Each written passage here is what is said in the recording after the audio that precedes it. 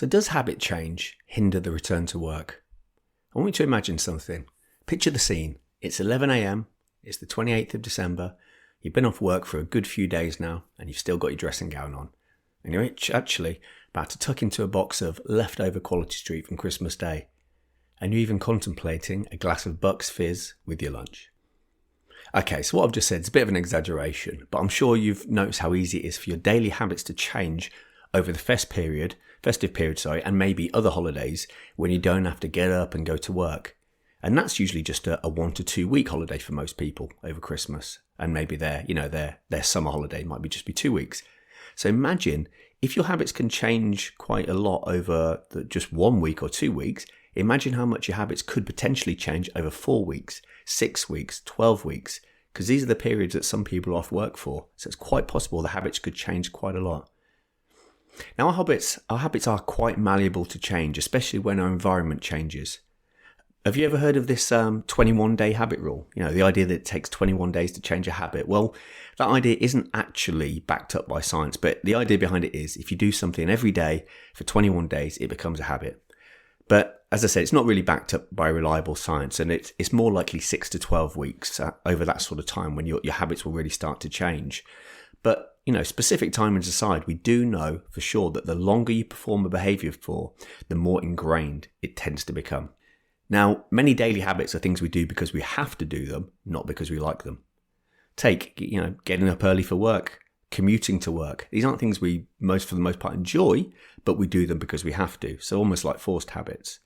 And that's probably why they're so easily dropped when we don't have to do them.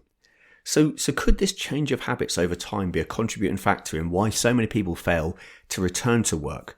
Now, obviously, I'm not saying it's the reason, but could it be a contributing factor that makes it so difficult once people have been absent for over 6 weeks? Because that seems to be that cliff edge point where once someone's been off for 6 weeks, the likelihood of them coming back at all dramatically reduces.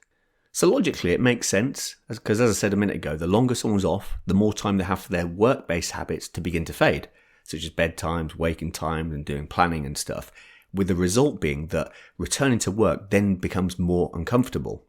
Because when a colleague's been off work longer term due to mental health challenges, having to juggle remoulding themselves back into their previous, now maybe slightly faded workday habits, alongside getting to grips with managing their emotional situation, might make the challenge even more or even greater an obstacle, and obviously contribute to the fact that the return might take even longer, it might be more delayed, or again, might not even happen at all. And this is all before we've even begun to factor in the loss of self-esteem and loss of confidence that many people experience when they're long-term sick. So what can managers do to prevent these gradual habit changes taking root and becoming a barrier to the individual returning to the workplace?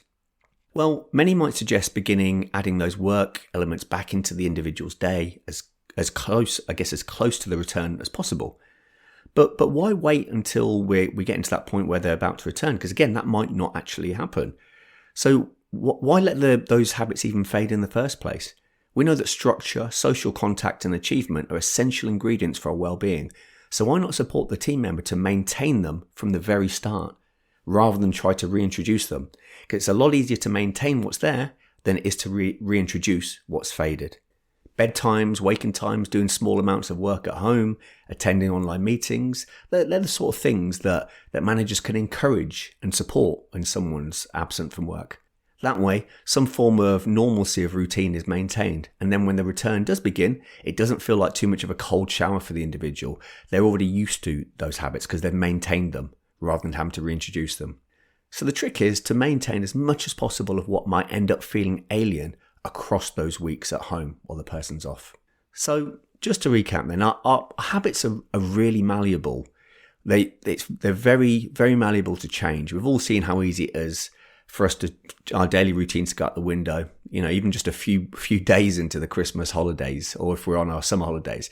So let's put ourselves in the shoes of those in our teams who are signed off from work and support them to maintain those familiar components of their daily structure that will be the hardest to get back into when they return. We want those things to stay familiar rather than be something that has to be reintroduced. And that should make, obviously, given more psychological space to the individuals to be able to focus on managing their emotional state rather than having to also think about the burden of reintroducing habits that have lapsed. If you'd like to get your copy of my free report, 3 Mental Health Myths Every HR Professional Needs to Know, just click on the link in the text below and I'll get your copy over right away.